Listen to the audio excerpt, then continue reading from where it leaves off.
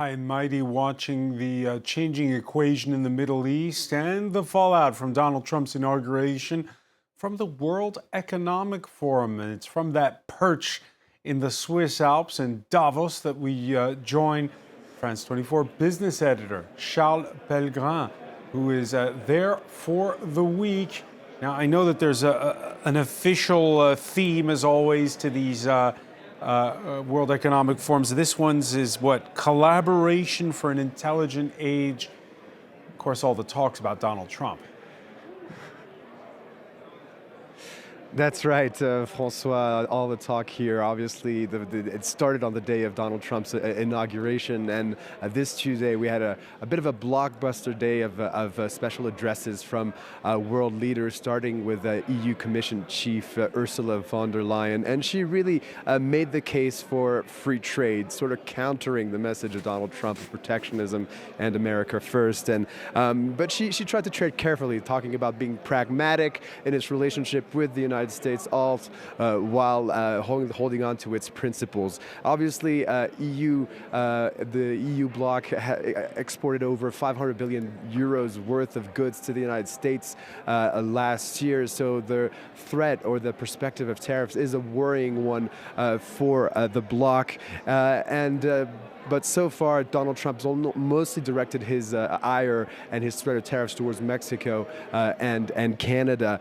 So Ursula von der Leyen still reiterated the bloc's commitment to free trade, touted the trade deals that the European Union struck with the Mercosur trade group in South America, as well as with Switzerland and with Mexico, and said that she was committed to working on improving on managing the relationship with the United States, but also seeking to improve ties with other parts of the world, notably China, as a result of this shift.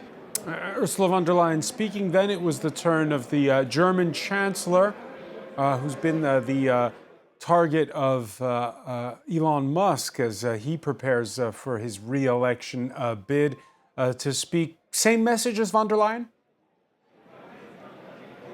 Yeah, pretty much singing from the same hymn sheet there between the EU Commission chief and the leader of the European Union's strongest economy, Olaf Scholz, saying that we have to defend free trade as the basis for our prosperity, and also saying that isolation comes at the expense of prosperity. So really countering the America First vision of Donald Trump. And the context here for Germany, obviously the European Union's biggest economy that's actually been seen negative growth for the past 2 years, 2023 and 2024, really struggling right now, and also currently in political limbo, awaiting fresh elections that'll happen in mid-February. Olaf Scholz likely won't be the next chancellor there, and in the midst of this and trying to manage relations with the United States, well, one of Donald Trump's biggest backers, Elon Musk, has decided to meddle in German politics by backing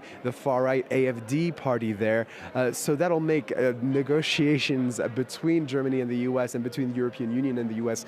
Very complicated. And the latest, obviously, controversy here is Olaf Scholz criticizing Elon Musk for what appeared to be a Nazi salute on Tuesday, and saying that there are limits to free speech, especially when it gets into far-right ideology, and obviously Elon Musk dismissed the criticism.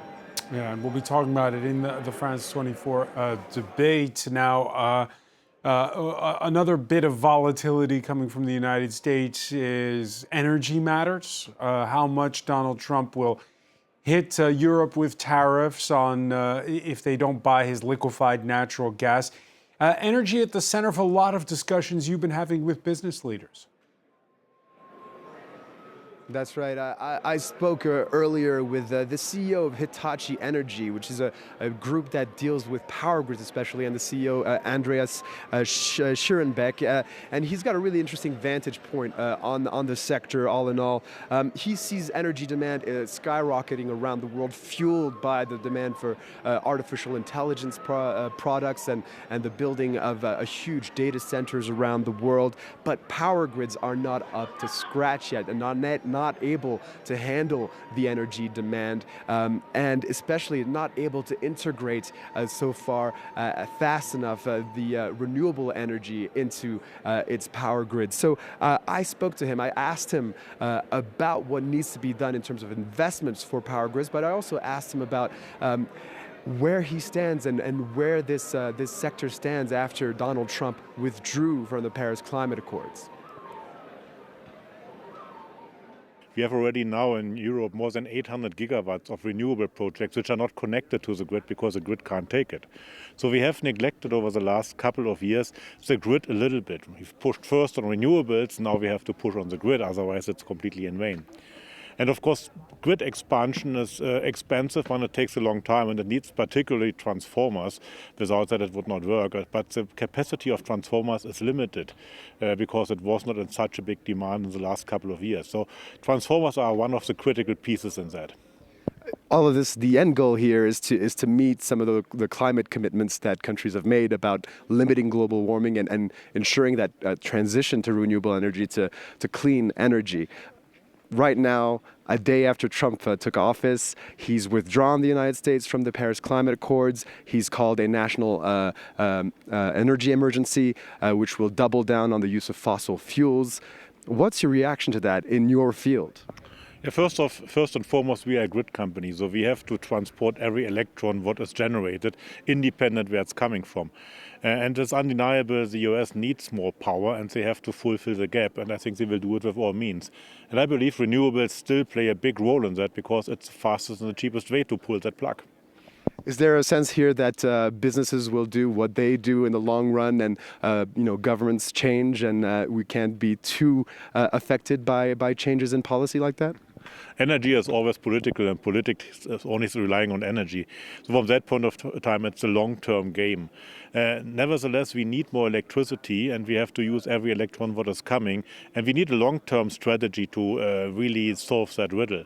And I think we can only do that if we work together holistically, which we haven't done in the past. So regulator, politics, utilities and providers as us have to sit together. What is the best solution and the fastest solution and the cheapest solution to solve that riddle?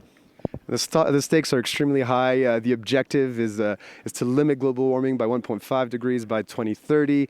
This year, that target was not reached for the first time. Is that goal still achievable? I think that goal should not be considered as 1 year only. I was today in a discussion where one scientist explained, look, we have to take it over a 10 or 15 years period. So missing it once is not a catastrophe. You have to meet it over the long-term period. And I think this is still achievable. It's still doable if we are doing our homework and we continue our effort. And if you see it from my side, the electricity transformation is going on because the gap we have now by supplying products is mainly to the reason that a lot of processes are getting electrified and therefore getting more sustainable. So actually the whole thing is working in the background, and we are fighting now with the supply demand.